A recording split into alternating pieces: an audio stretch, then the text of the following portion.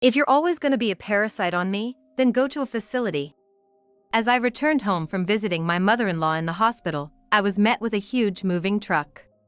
Immediately, I asked Chris about the situation, and his response left me dumbfounded. His words hit me like a blow to the head with a blunt object. I was speechless. In essence, he was abandoning me to start a new life. Even as I stood there in shock, the moving crew continued their work relentlessly. In a flash, the house was empty. I was left alone, unable to move, in a daze. I had always supported Chris and looked after my mother-in-law despite her complaints. Did I deserve such treatment? Gradually, anger began to grow inside me. Just the thought of Chris's smug smile made my blood boil. I wasn't going to let him get away with this. That's when I noticed something. This was it. And so, I began to take action. My name is Lisa Turner. I'm 65 years old. I'm nearly celebrating 40 years of marriage with my husband, Chris, who is 2 years younger than me. Our marriage was an arranged one. When I started at my new job, a persistent client asked for the arrangement, and I couldn't refuse. During the matchmaking meeting, my father-in-law surprisingly took a great liking to me. My parents weren't against it either, so I ended up getting married. Everyone at work and my family celebrated, and my married life wasn't bad. Our son Kevin and daughter Emma were born, and I felt truly happy. While fulfilling my duties as a wife, I raised my children who are now independent. They got married and are living happily with their families. Life as a wife had its challenges. Now, I wanted to spend my retirement years peacefully, a contrast to the hectic days of raising children. But ideals don't always match reality. My 88-year-old mother-in-law has been frail for about 10 years, frequently hospitalized. I've been overwhelmed with her care. I've been doing everything alone as Chris, still an active businessman, didn't offer help, considering it a wife's duty. When I was younger, I did ask Chris for help. But even simple requests like "Can you buy some milk?" were met with complaints like "Why didn't you buy it? You want me, who is tired from work, to go to the store?" In the past, many husbands were male-dominated, and my father-in-law was no exception. But Chris lacked kindness in addition to being domineering. I married into this family, favored by my father-in-law. It was not out of love for Chris. Nevertheless, I believed it was my duty to cooperate and stay by his side. 15 years into our marriage, my father-in-law passed away. After that, my life changed dramatically. Chris started acting like he was the breadwinner, and even my mother-in-law's attitude changed. "I only accepted you because my husband liked you, but I was always against Chris marrying you. You're not pretty or smart. The only good thing about you is that you're likely to have easy childbirths." She started mocking my physique like that and expressing regret over the marriage. I should have convinced my husband to stop this marriage. I couldn't go against Dad's wishes. I'm a better father than he was. If Lisa had been a better mother, Kevin and Emma could have gone to better schools. They both criticized me. Indeed, my kids weren't exceptionally smart. Chris and I didn't have a particular preference for private schools, so they just went to local public schools, and in the first place, there was never a discussion about entrance exams. But they used anything to mock me. They ridiculed my cooking, sometimes even my parents. I was constantly disheartened by their sarcasm and criticism, which surely had a bad influence on my children. I told Chris, "If you're unhappy with me, say it directly. It feels awful being badmouthed together with your mother. Don't you think about how the kids feel hearing that?" But Chris just mocked my concerns. "If you're getting criticized, it must be your fault, right? Besides, Kevin and Emma think the same as me and Mom." "I don't believe it." "So, do the housework perfectly so you won't be criticized.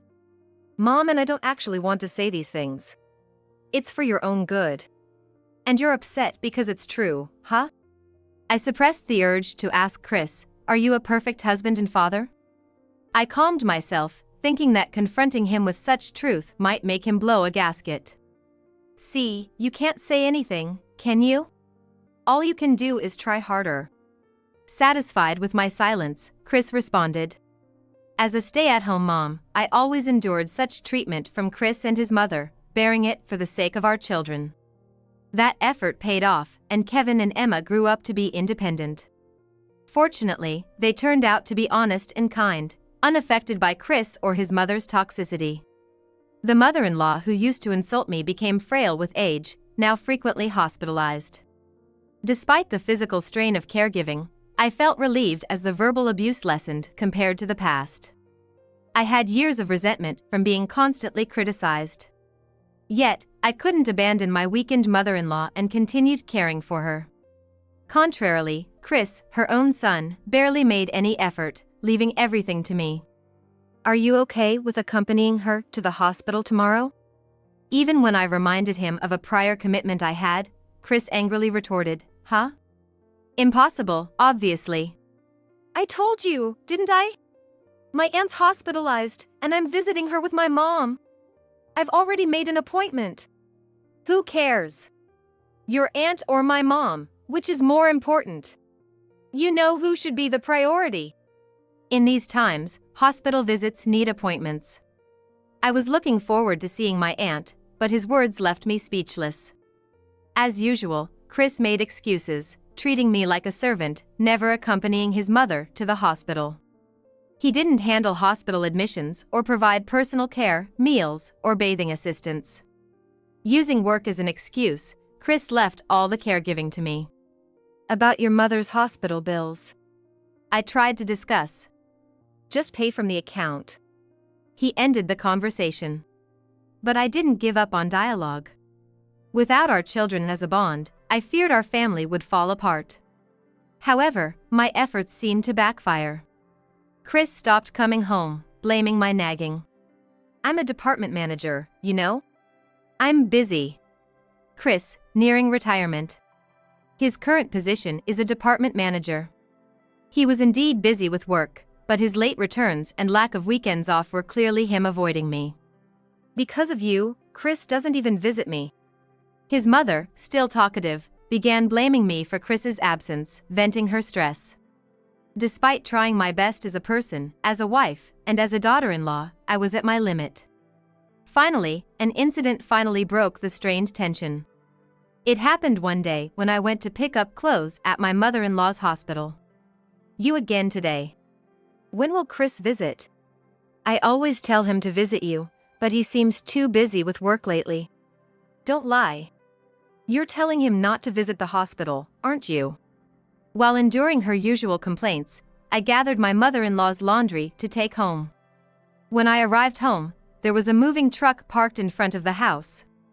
As I was wondering what was happening, I saw our belongings being moved out and rushed inside. "What, you're back already?" There stood Chris, who was supposed to be at work. And like he was supervising, the moving crew efficiently carried out our belongings under his watch. "What's going on?" I shouted at Chris. Then, he just laughed seeing my shock. "Can't you see? We're moving to a new place." Chris said it as if it were the most natural thing. "A new place? And this move? I haven't heard anything about it, and I'm not prepared." There was no explanation. I was confused and panicking. Chris laughed at me mockingly again. "Who said you were coming? I'm the only one moving to the new place." "What? Then what about me? What am I supposed to do?" "I don't care. A parasite like you can go to a facility or something." Chris's words hit me like a blow to the head, leaving me speechless. He was abandoning me to start a new life. Even as I stood dumbfounded, the moving crew didn't stop. The house was quickly emptied. "Well then, take care," Chris said triumphantly and left me alone in the house. I was so stunned that I couldn't comprehend what had happened, and I remained dazed and motionless for a while. After all my support for Chris and care for his mother, this was my treatment. Anger began to grow inside me. Just thinking of Chris's smug smile made my blood boil. I wouldn't let him get away with this. Something caught my eye. This was it. I started to take action. After Chris left, I found a completed divorce form he had left behind. I signed it and submitted it. Chris and I had become strangers after the divorce, but a month later, a call came through on my cell phone. "What do you mean you haven't paid Mom's hospital bills? And I've been told to come and get the laundry already. What on earth are you doing?" It was Chris. I answered, unable to hide my irritation. Angered, I shouted back over the phone. "Hospital bills? Why should I pay? And why do I have to do the laundry?" But Chris was not silent. "I told you to pay from the account, didn't I? Don't tell me you've been using my money?" Chris shouted furiously. Accused of something I hadn't done, I couldn't back down, and we ended up arguing. "The account? What account?" "The household account, obviously. I've been giving it to you." "That account? It's been empty for years. You last deposited money for living expenses 3 years ago. Did you think the balance was infinite?" "What? That can't be." Chris stammered, taken aback. Indeed, since early in our marriage, I was given a household account. Money was supposed to be transferred from Chris's salary account every month. But 3 years ago, the transfers stopped. The bank said there was no balance in the salary account to make the transfers. Since the living expenses were transferred the day after his salary deposit, there was no reason for the balance to run out unless Chris was withdrawing it all. "I asked you so many times, Chris. But you always brushed it off, blaming me or saying it was my misunderstanding. You never checked. Anyway, I don't know. The bank must be embezzling it." Chris blurted out something ridiculous. Obviously, such a thing couldn't be true. That was just too much of passing the blame. "How dare you say that? That's impossible.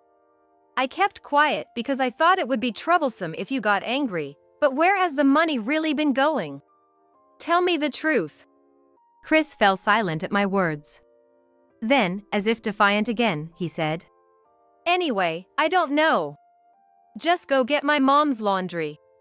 And he hung up the phone. I was astounded. Starting a fight and then hanging up when losing, how childish can he be? Of course, I had no intention or obligation to care for his mother anymore. Ignoring Chris's words, I put down my phone. But the next day, I received another call. This time it was from Emma. "Mom, Dad told me to pick up Grandma's laundry."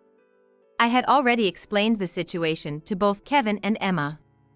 I didn't want to bother them as they had their own families, but since I wasn't complying, Chris had called Emma, asking her to take care of his mother. "How selfish he is. He forgot what he's done to you?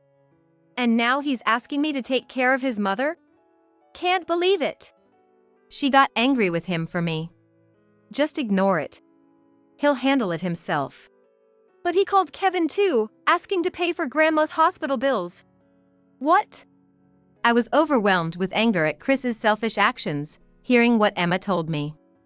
I couldn't believe he even asked his child for money. My blood was boiling. "Thanks for telling me. Tell Kevin not to pay. I'll talk to Dad," I assured Emma and ended the call.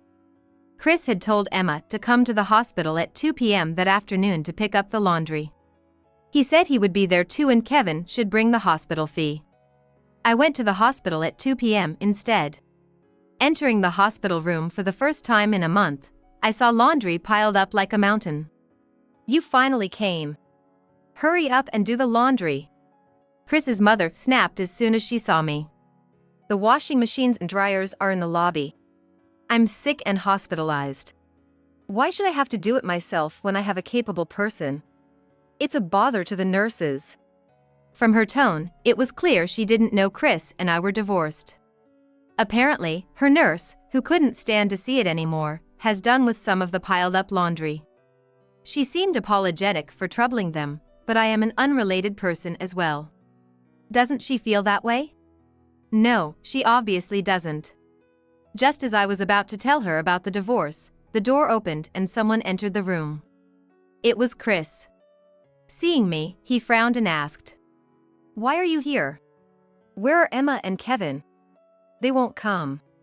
I told them they don't need to." "Why not?" "I wanted Mom to see them." Chris's words were echoed by his mother. Such a curse of a woman. I wanted to see them too. I turned to my mother-in-law, who was telling sarcasm as naturally as breathing, and began to speak. I won't stop the kids from visiting out of pure concern, I said. But this man, Chris, he told Emma to do the laundry and demanded Kevin bring him the hospital fees, you know? Hospital fees? Even she, usually unflappable, seemed taken aback by this. Yes. For 3 years, he hasn't paid any living expenses, and I've been paying for your hospital bills from my own pocket. I have no intention of paying anymore, so it seems like this month's payment hasn't been withdrawn yet. Hearing this, she turned pale.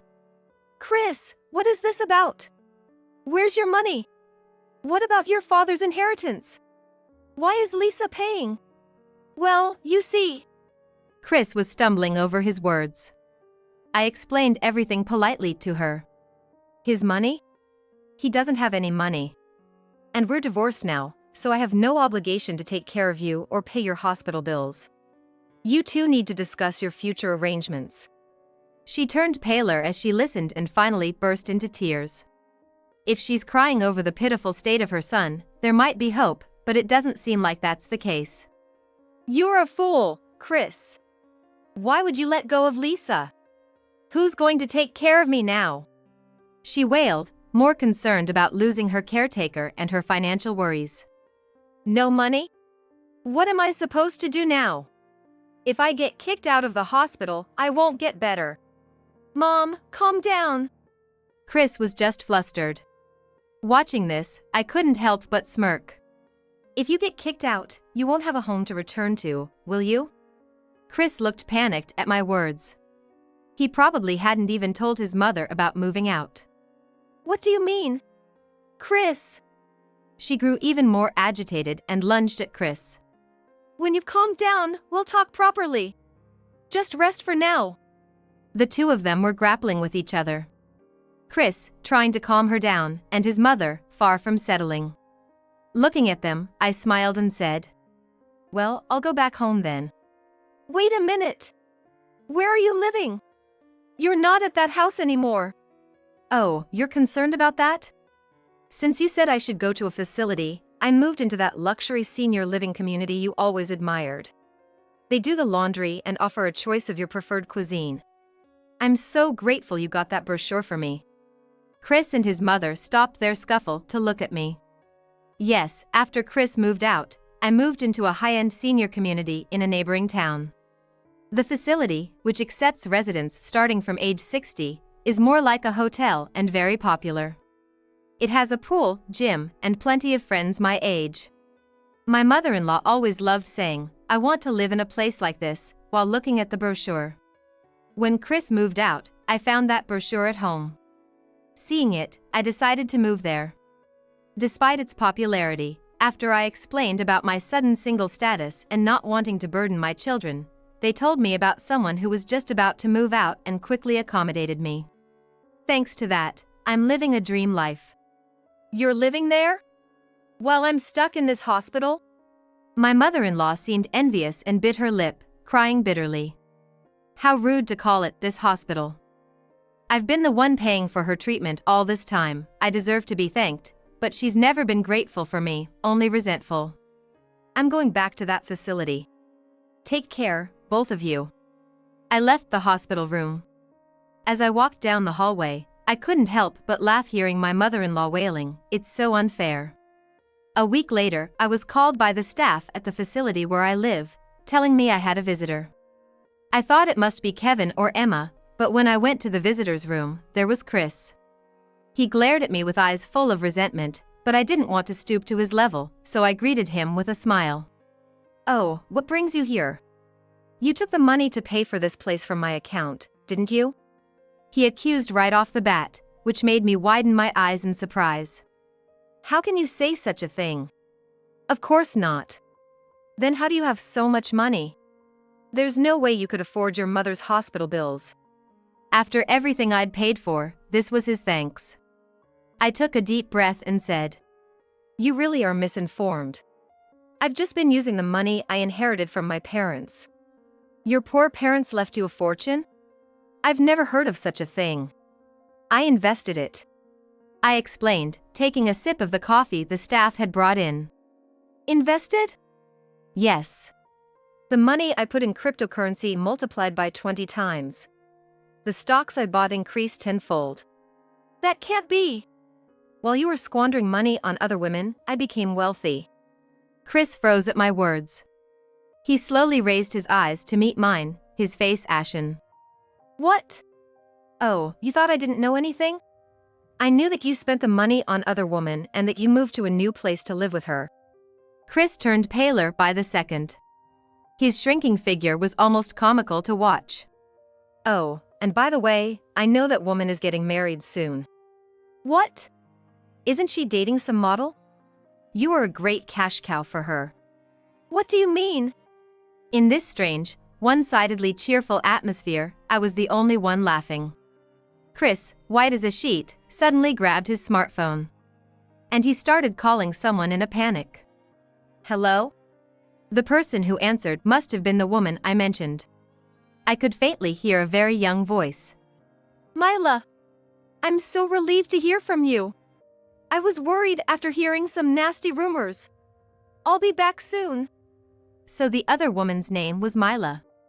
Chris, desperately calling her name, looked pitiful from the outside.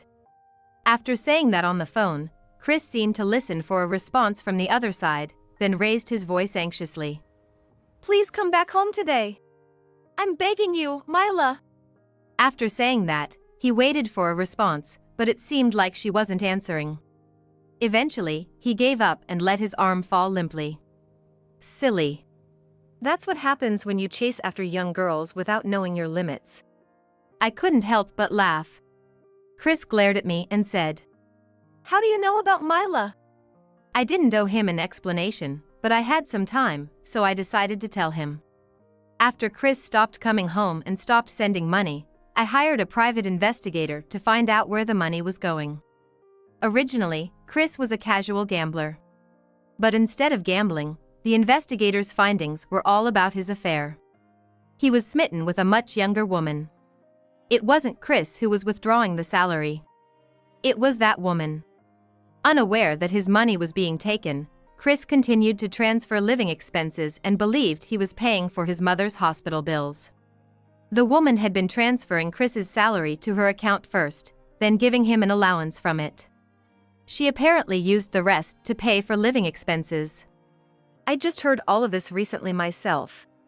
Finally, I understood why you suddenly moved and where all the money went. Not that I can accept it. Chris remained silent. The new house you bought was with your father's inheritance, right? The detective and I were both appalled. What a way to spend money, we thought. Your mother would have a fit if she knew. Chris didn't say a word. He was so bad with money, he had handed over all his accounts to that woman, who then milked him dry. Well, but thanks to the money you gave her, she must have saved enough for her wedding. Good job. Chris looked sicker by the minute. He probably never imagined he was being deceived. Such a foolish man. I couldn't say I had no negative feelings towards that woman, but right now, all I could think was how stupid Chris was. I couldn't help but think, serves you right. When I confronted Mila with the truth, she admitted it and kicked Chris out of the house. Chris had been duped into putting the new house in her name, with the reasoning, I'll live longer, so the house should be in my name. As a result, the house was taken over by her. Strictly speaking, she might not get away scot-free without paying taxes or other fees, but that's none of my concern. I'm sure she'll face her karma eventually. And so, Chris, having lost his money, house, and her, eventually came begging to me. I was shallow. Lisa took care of everything, even my mother, and I was just a fool. He lamented, kneeling and apologizing when he visited me again. Yes, you really were foolish. Have you finally realized your stupidity? I said, smiling down at him. Definitely. I was out of my mind. So, let's go back together. Let's live in our house again. If you don't want that, then let me live here with you. He pleaded, mistaking my smile for forgiveness and making a shameless request. Enough jokes. You know it costs $2 million to live here? Why should I spend such a huge amount for you? But we live together. Yes, and all I got were insults and hurt from you. But here, no one harms me, everyone's kind. The staff even do my laundry. If I went back home, would you do all the cleaning, laundry, and cooking? And take care of your mother? Chris was speechless at my unbroken smile. He didn't want me back. He just wanted a servant. If you keep bothering me, I'll sue you for it. Realizing I wouldn't change my mind, Chris left with a heavy heart.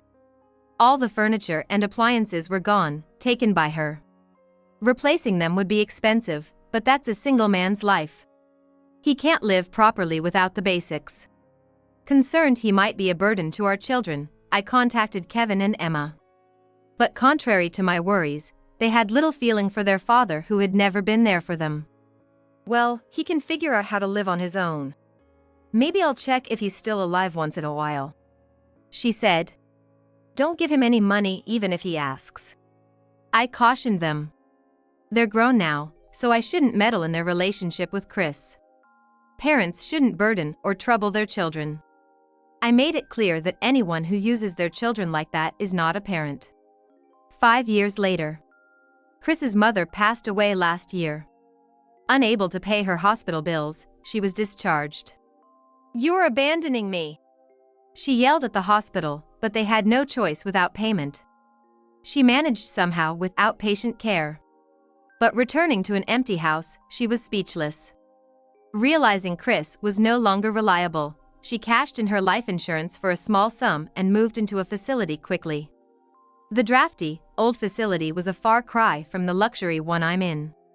It's such a shame. If she had been a kinder mother-in-law, I might have made her dream of living in luxury come true. Chris lives alone in that house. Retired, he speaks to no one, cooped up inside. He occasionally calls, begging me to return, but I refuse. Betrayed by her and abandoned by me, he cries about not being able to trust anyone. But he's the one who betrayed me first. I have someone good in my life now. I don't want to waste any more life on you. I tell him. My words shock him, but he has no right to be hurt. He pushed me away. If he thinks I still belong to him, he's very mistaken. His actions have shaped his future. He still plays the victim, but he needs to deeply realize that his current life is the result of his own actions. I continue to live in the facility. I'm surrounded by friends, staying active and enjoying every day. I've even met a wonderful man here, as I told Chris. It's a bit embarrassing at this age, but I want to spend the rest of my life with him, and my children are supportive. I've never considered my life unlucky, but being loved and loving someone again as a woman feels wonderful.